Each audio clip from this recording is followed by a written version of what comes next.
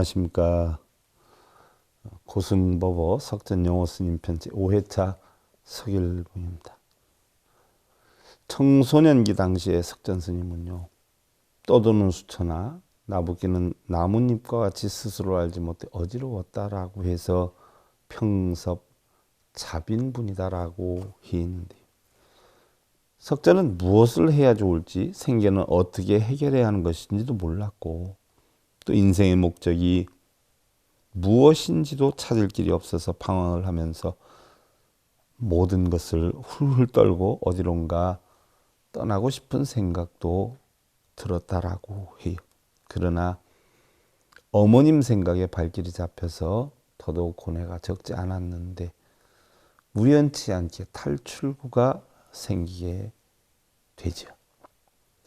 석전 스님의 출가에 대해서 목정배 교수는 박한영과 불교라고 하는 글에서 석전이 출가하게 된 계기는 어머니가 위봉사에서 듣고 온 생사 법문에 영향을 받았다라고 하는데, 석전 스님이 71세 때 지은 시조자술 9장의 세 번째 작품 집을 떠나 구름에 깃들다, 여기엔 이가서운이라 그러죠. 이가서운에서는 과숙 위봉산 신청 법어존 했어요.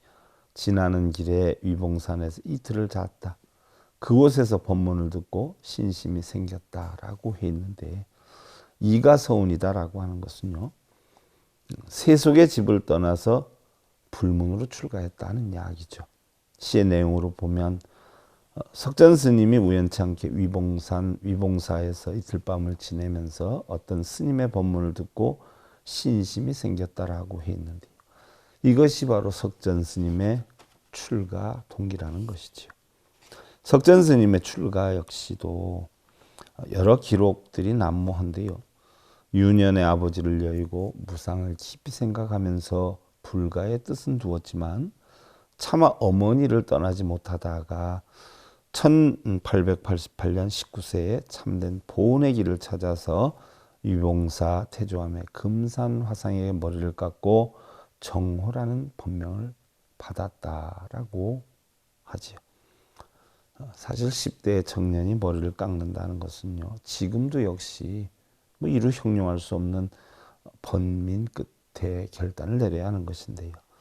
당시의 석전 스님 역시 홀로 계신 어머니와 이별을 하고 승려의 길을 택했다는 것은 쉬운 일이 아니었으리라는 것이기도 하지요. 오랜 훗날 석전 스님은요, 그때 당시의 심령을 출가시로 남기게 되죠. 진로 진성 과성문이요, 애타는 넘어 뒤로 하고 성문을 넘었네.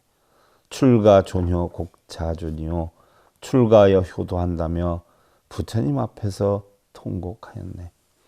괴업을 제탄 풍목이요, 못다한 효도 부끄러워 풍목을 읊조리고 개수서산 면욕하니라. 서산향에 머리 조아리 눈물을 앞을 가리네. 노모는 출가하고자 집단한 아들을 애끓는 마음으로 바라보고요, 아들은 슬퍼하는 어머니를 남겨두고 살인문을 나서면서 괴로워하고, 또한 떠나는 아들은 출가해서 삶의 진리를 밝히는 수행자가 되는 것이 효도라면서 애써 자신을 위로를 했지만 결국은 부처님 앞에 가서 통곡을 했고요.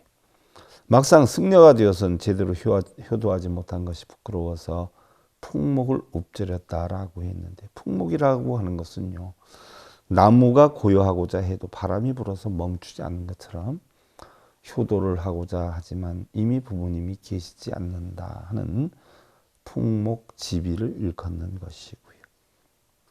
석전 스님이 봉서사 가는 길에 서쪽에 어머니 계시던 고향 산천을 향해 머리 숙여 절하는데 눈물이 흘러내려서 눈앞을 가렸다 하는 내용이지요. 이 시는 석전 스님이 70세가 되어서 완주 봉서사 가는 길에 지은 작품이다라고 하죠.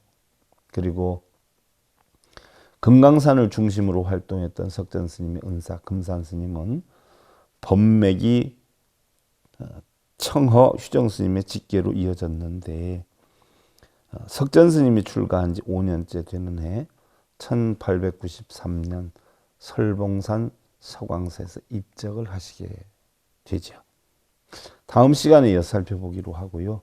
바른 불법 바른 진리 SI 불교 교육방송 고승법어 석전 영호 스님 편 제5회차 서일봉이었습니다. 감사드립니다. 행복으로 가는 징검다리에 서일봉 스님이 여러분들을 초대합니다. SIB 불교교육대학에서는 더 듣다, 생활 속의 천수경, 달마대사 성관법, 현대생활 불교 법요지, 불교학개론, 성찰스님 백일 법문 등을 비롯한 바른 불법, 바른 진리, 서일봉 스님의 SIB 불교교육대학.